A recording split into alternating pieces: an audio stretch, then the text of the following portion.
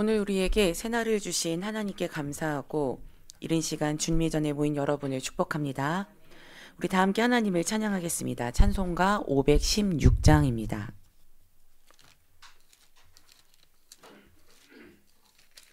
찬송가 516장 찬양하겠습니다.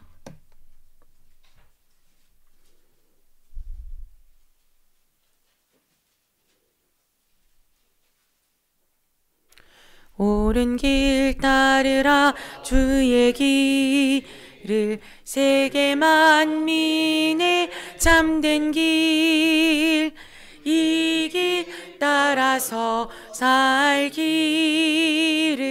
온 세계 전하세 만 백성 나갈 길 어두운 밤 지나고 동트 다 환한 빛 보아라 저 빛 주 예수의 나라 이 땅에 곧 오겠네 오겠네 주 예수 따르라 승리의 주 세계 만민이 나아가 길과 진리요 참생 명내 장검을 부수고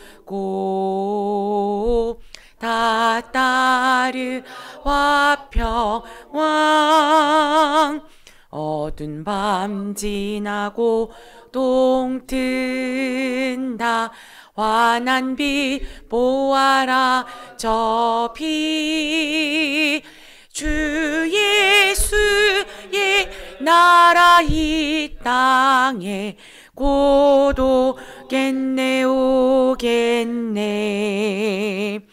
놀라운 이 소식 알리어라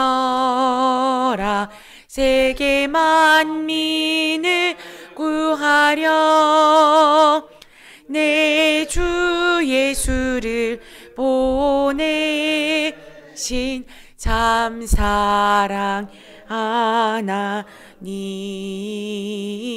만 백성 따를 길 어두운 밤 지나고 동튼다 환한 빛 보아라 저 빛 주 예수의 나라 이 땅에 곧 오겠네 오겠네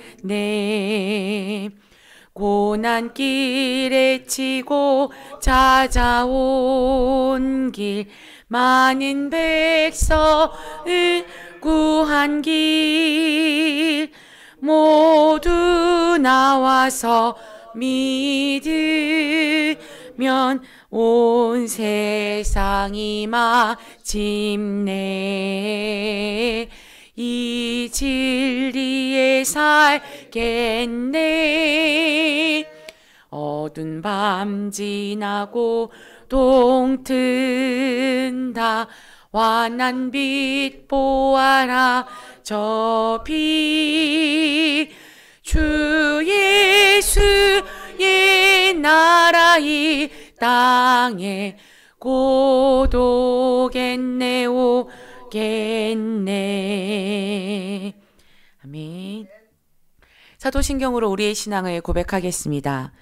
전능하사 천지를 만드신 하나님 아버지를 내가 믿사오며 그 외아들 우리 주 예수 그리스도를 믿사오니 이는 성령으로 잉태하사 동정녀 마리아에게 나시고 본디오 빌라도에게 고난을 받으사 십자가에 못 박혀 죽으시고 장사한 지 사흘 만에 죽은 자 가운데서 다시 살아나시며 하늘에 오르사 전능하신 하나님 우편에 앉아 계시다가 저리로서 산 자와 죽은 자를 심판하러 오시리라. 성령을 믿사오며 거룩한 공회와 성도가 서로 교통하는 것과 죄를 사하여 주시는 것과 몸이 다시 사는 것과 영원히 사는 것을 믿사옵나이다. 아멘. 오늘 우리에게 주신 하나님의 말씀은 사도행전 24장 24절에서 27절까지의 말씀입니다. 신약성경 230쪽 사도행전 24장 24절에서 27절까지의 말씀입니다.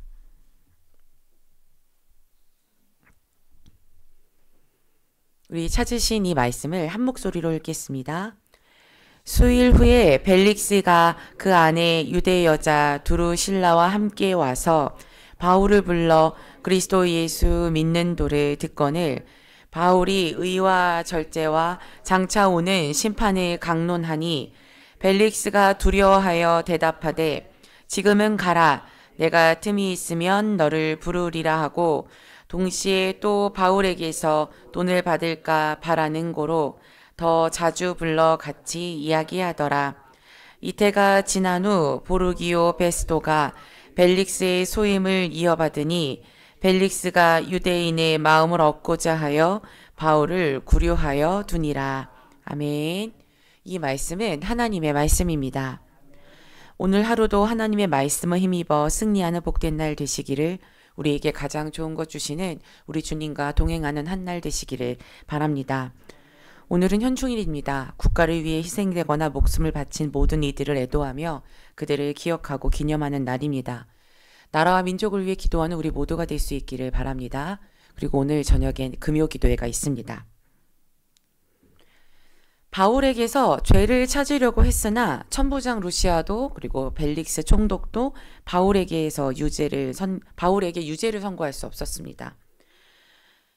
그런데 그것은 사실 유대인들에게도 마찬가지였죠.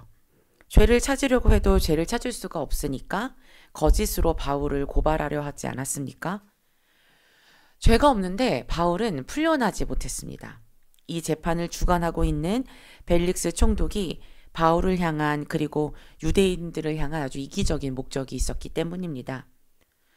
오늘 본문 27절 말씀을 보면 벨릭스 총독은 바울에게 돈을 받을까 은근히 바랬습니다. 사도행전 24장 17절 말씀을 보면 바울은 벨릭스의 재판정에서 자기를 변호하면서 내가 내 민족을 구제할 것과 재물을 가지고 왔다라는 이야기를 한 바가 있습니다. 이것은 바울이 3차 전도 여행을 마치고 예루살렘으로 돌아오면서 이방인 선교의 결과이기도 했고 그 이방인 교회에서 예루살렘 교회를 돕기 위해 모은 헌금을 말하는 것이었습니다. 아마 벨릭스 총독이 바울을 완전히 풀어주진 않았지만 일부의 자유를 주고 친구들이 그를 돌보는 것을 허락해주지 않았습니까? 그래서 완전한 석방을 위해서 바울에게서 뇌물을 기대했던 것 같습니다. 그러니까 바울이 돈을 가지고 있다는 것을 알고 있었기 때문이죠. 그런데 바울이 어떤 사람입니까? 현재 그 돈은 어디에 있을까요? 어디다 감춰놨을까요? 예루살렘 교회에 있겠죠. 왜냐하면 그거 가져왔을 때 예루살렘 원로들을 만났잖아요. 교회에도 갔었고. 예루살렘 교회를 위한 헌금이었으니까 아마 바로 그 예루살렘 교회를 위한 예물을 드렸을 것입니다. 그리고 돈이 있더라도 자신의 석방을 위해서 뇌물을 그 벨릭스 총독에게 주지는 않았을 것입니다. 왜냐하면 우리는 그것을 바울이 자기 자신이 가지고 있는 로마 시민권을 어떻게 쓰는지만 봐도 알 수 있습니다. 바울에게는 로마 시민권이 있었는데 그 가치는 그러니까 로마 시민권에는 종류가 있었다라는 이야기를 전에 드린 적이 있었는데 천부장 루시아는 그 로마 시민권을 돈을 주고 샀고 바울은 날 때부터 가지고 있었습니다. 이것의 가치가 달랐죠. 바울이 가지고 있는 로마 시민권의 가치가 훨씬 더 높았습니다. 그런데 그 값진 로마 시민권을 바울은 잘 쓰지 않았어요. 바울이 날 때부터 로마 시민권을 가지고 있었으니까 선교 여행 중에서도 로마 시민권이 있었겠죠. 그러면 이제 여행 중에 바울이 붙잡혀서 매를 맞거나 감옥에 갇히거나 이런 일들이 있었잖아요. 그때 뭘 쓰면 됩니까? 그 시민권을 쓰면 아주 자연스럽게 풀려날 수 있었을 텐데, 자유로울 수 있었을 텐데 바울은 그러지 않았습니다. 왜냐하면 바울에게 있어서 제일 중요한 것은 자기 자신이 로마 시민권을 가진 유력한 사람인 것이 아니라 하나님 나라의 복음을 전파하며 구원의 빛이 이방인에게까지 비추게 하는 것이었으니까요. 그러니까 바울에게 있어서 로마 시민권이라는 것은 하나님이 바울을 통하여 일하시고자 할 도구 중에 하나였을 뿐이고 바울 자신도 그것을 그렇게 받아들였습니다. 그런데 그런 사람에게 자신이 가지고 있는 것도 쓰지 않는 사람에게 뇌물을 기대한다고 뇌물을 주겠습니까? 이것이 바울이 완전하게 풀려날 수 없는 첫 번째 이유였습니다. 그리고 두 번째 왜 바울이 풀려날 수 없었냐면 오늘 본문 27절 말씀을 또 보면 벨릭스가 유대인의 마음을 얻고자 해서였습니다. 벨릭스 총독은 이제 계속해서 이야기하고 있지만 유대인들에게 인기가 없었습니다. 그가 이제 유대와 사마리아를 다스리는 동안 많은 문제들이 있었고 아마 그 문제들, 그 유대와 사마리아 지역의 폭동과 소요가 그치지 않는다라는 그 이야기들은 로마 당국에 보고가 됐을 것입니다. 27절 말씀을 보면 이태가 지난 후에 베스토 총독이 벨릭스 총독의 자리를 이어받지 않습니까? 그러니까 벨릭스 총독은 그가 유대와 사마리아를 통치하던 중에 발생한 유대인의 소요와 또 그 자신의 부정행위로 인해서 책임을 지고 로마로 소환을 당하게 됩니다. 그러니까 벨릭스 총독은 아무것도 얻지 못했죠. 바울을 가두었지만. 바울로부터 뇌물을 받고자 했으나 뇌물을 받지 못했고 유대인으로부터 환심을 사고 싶어서 바울을 가두었지만 환심도 사지 못했습니다. 그러니까 이제 유대인들로부터 환심을 사서 인사고과라고 해야 할까요? 그 로마 당국으로부터 그의 지도력을 인정받으려고 했지만 그것도 실패했죠. 그런데 사실 벨릭스 총독에게는 기회가 있었습니다. 실패하지 않을 기회 말입니다. 바울을 구류하고 수일 후에 벨릭스 총독은 자기 아내 드루실라와 함께 바울을 불러다가 예수 그리스도를 믿는 도에 관한, 믿음에 관한 이야기를 함께 들었습니다. 누가복음이 특별히 벨릭스의 그 총독의 아내를 그 둘루실라라는 여자를 유대 여자라고 이야기하고 있는 것을 보면 아마 벨릭스 총독은 아내인 드루실라를 통해서 이제 유대 사람이니까 어땠을까요? 유대에 대해서 잘 알았을 거잖아요. 그러니까 예수에 관한 소문도 들었겠지요. 아마 예수 그리스도의 생애와 죽음과 부활에 관해서는 벨릭스 총독도 익히 알고 있었을 것입니다. 그리고 벨릭스 총독은 재임 기간 동안 그리스도인들이 어떤 사람인지를 또 보고 목격했습니다. 그러니 아주 흥미로웠겠죠. 도대체 그리스도를 믿는 믿음이라는 게 무엇이기에 그리스도인들은 저럴까? 그러나 바울의 이야기를 들으면서 벨릭스 총독의 마음이 어려워졌습니다. 오늘 본문 25절을 보면 벨릭스 총독의 마음이 두려워졌다라고 그렇게 이야기합니다. 바울에게서 듣고자 한 것은 예수 그리스도를 믿는 도에 관한 것이었습니다. 그런데 바울이 말한 예수 그리스도에 관한 도가 벨릭스 총독의 양심을 찔리게 한 것입니다. 그것은 바로 복음의 능력에 그 원인이 있습니다. 바울이 다른 이야기를 했을까요? 바울이 그 벨릭스 총독의 마음을 꿰뚫어보고 너는 이래서 안 돼. 이런 이야기들 하지 않았을 것입니다. 왜냐하면 지금은 무슨 이야기를 하는 자리냐면 예수 그리스도를 믿는 도에 관한 이야기를 하는 자리니까 바울이 여태 선교 여행 중에 그래왔듯 예수 그리스도를 믿는 도에 관한 이야기를 이전에 했던 것처럼 똑같이 벨릭스 총독에게 전했을 것이겠죠. 그러니까 예수 그리스도의 탄생과 그다음에 죽으심과 부활과 예수 그리스도의 주 되심 그리고 예수 그리스도의 다시 오심과 심판에 관한 이야기를 이전에 했던 것처럼 똑같이 벨릭스 총독에게 했을 것입니다. 근데 여러분, 복음의 능력이 무엇이냐면 우리는 똑같은 이야기를 들어요. 똑같은 이야기를 듣는데 복음은 개인적인 배경 안에서 역사한다라는 것입니다. 그래서 복음을 듣고 어떤 사람들은 그 복음이 자기 양심을 찔려서 자기가 죄인임을 깨닫고 회개하고 예수 그리스도를 주님이라고 믿게 되지만 어떤 이들은 그 복음이 자기 양심을 막 찌르니까 격렬하게 저항하며 복음을 전하는 일을 반대하고 죽이려고 하는 일까지 생기는 것입니다. 사실 바울이 지금 왜 현재 가이사랴에 갇혀 있냐면 가이사랴에 지금 구금되어 있냐면 바울이 전한 복음이 유대인들의 마음에 들지 않아서이죠. 바울이 전한 복음이 잘못돼서가 아닙니다. 그리고 그 복음이 벨릭스 총독에게는 지금 뭐로 다가오고 있냐면 두려움으로 다가오고 있습니다. 그것은 사도행전이 벨릭스 총독의 부인이 두루실라다라고 하는 데 있습니다. 드루실라는 이제 헤롯 아그리파 1세의 딸입니다. 막내딸입니다. 그 헤롯 아그리파 1세가 누구냐면 사도행전 12장에서 그 사도 야고보를 죽이고 베드로를 투옥했던 그 사람이 감옥에 가둔, 그리고 하나님의 교회를 핍박했고 자신이 하나님인 것처럼 굴다가 그 사도행전 12장 23절에 보면은 그의 교만의 대가로 주의 사자가 그를 쳐서 벌레에 먹혀서 죽은 왕, 헤롯 왕. 그 사람이 바로 헤롯 아그리파 1세입니다. 그런데 이 두루실라가 누구냐면 그 헤롯 아그리파 1세의 막내딸이죠. 그런데 이제 원래 두루실라는 에메사라는 나라 이제 그 왕국의 왕과 결혼했었습니다. 그런데 이 벨릭스 총독이 계략을 꾸며서 그 두루실라의 합법적인 남편인 에메사와 두루실라가 결별하게 하고 자신이 두루실라와 결혼하게 한 것입니다. 그러니까 두루실라가 헤롯 아그리파 1세의 딸이라는 것과 이들의 결혼이 합법적이지 않다라는 것이 의미하는 바가 무엇이겠습니까? 이들이 도덕적이고 윤리적이지 않다라는 뜻이겠죠. 이제 그러한 것들이 이 복음을 듣고 나니까 벨릭스의 양심을 찌른 것입니다. 여기서 우리는 세례 요한의 죽음을 떠올릴 수 있습니다. 벨릭스 총독은 그 형제의 아내인 헤로디아를 취한 헤롯 안디바와 비슷했습니다.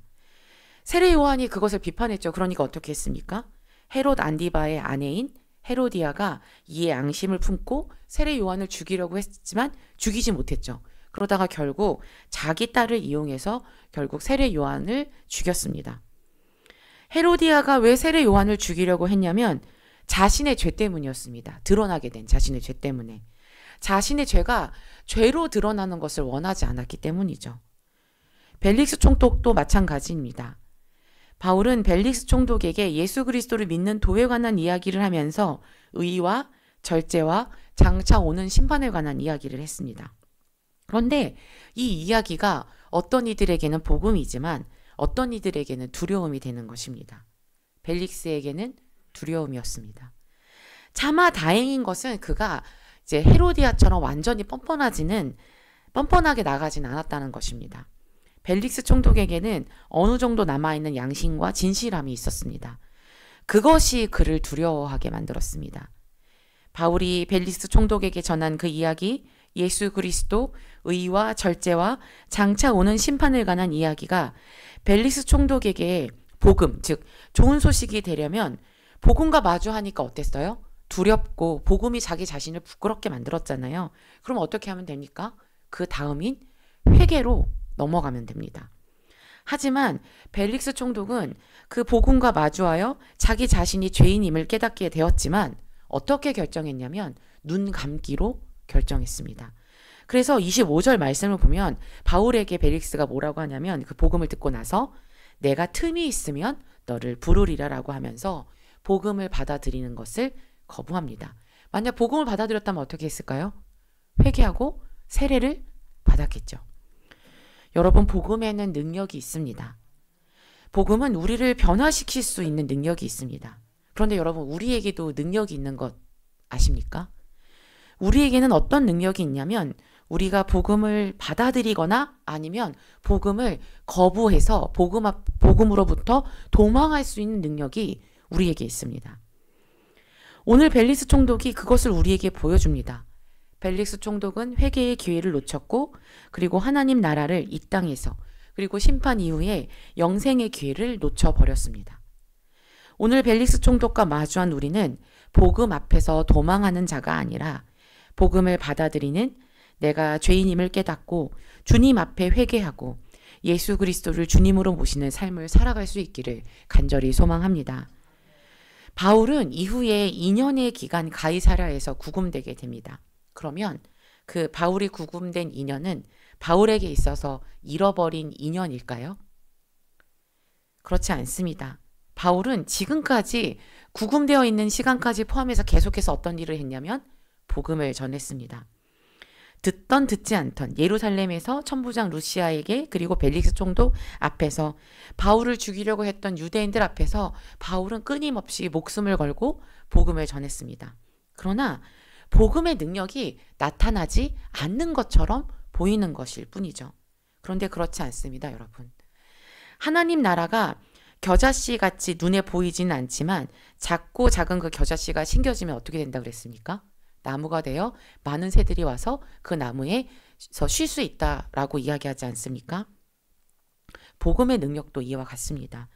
우리 눈에 그 결과가 보이지 않을 뿐이지 복음이 뿌려지고 심겨지고 결국 때가 이르면 열매를 맺게 될 것입니다. 그러니 우리가 할 수 있는 일은 어제도 오늘도 내일도 한결같이 복음 앞에 나를 비추어 나 자신을 돌아보고 이 복음을 전하는 일에 최선을 다하는 것입니다. 복음 앞에 서는 우리가 될 수 있기를, 또 복음을 통하여 내가 누구인지를 끊임없이 확인하고 벨릭스처럼 복음으로부터 도망하지 않고 주님을 온전히 붙들고 회개하여 복음을 살아내는 우리 모두가 될 수 있기를, 그리하여 바울처럼 언제나 어디서나 복음을 전하는 우리 모두가 될 수 있기를 간절히 소망합니다. 기도하겠습니다. 자비로우신 하나님, 오늘도 주님의 자비로우심으로 말미암아 우리가 이 새벽에 주님의 이름에 찬미합니다. 가장 이른 시간 우리가 주님의 음성을 듣고 주님께 간절히 기도합니다. 우리가 늘 우리 자신을 복음에 비추며 복음을 따라가는 자들 되게 하여 주시옵소서. 우리 자신과 마주하여 내가 죄인임을 깨닫는 일에 실패하지 않게 하시고 우리를 용서하시고 용납하시는 주님의 은혜에 기대어 오늘 하루도 주님과 함께 동행하는 삶을 살아가게 하옵소서. 우리 주 예수 그리스도의 이름으로 기도합니다. 아멘. 하늘에 계신 우리 아버지여, 이름이 거룩히 여김을 받으시오며 나라가 임하시오며 뜻이 하늘에서 이루어진 것 같이 땅에서도 이루어지이다. 오늘 우리에게 일용할 양식을 주시옵고 우리가 우리에게 죄 지은 자를 사하여 준 것 같이 우리 죄를 사하여 주시옵고 우리를 시험에 들게 하지 마시옵고 다만 악에서 구하시옵소서. 나라와 권세와 영광이 아버지께 영원히 있사옵나이다. 아멘.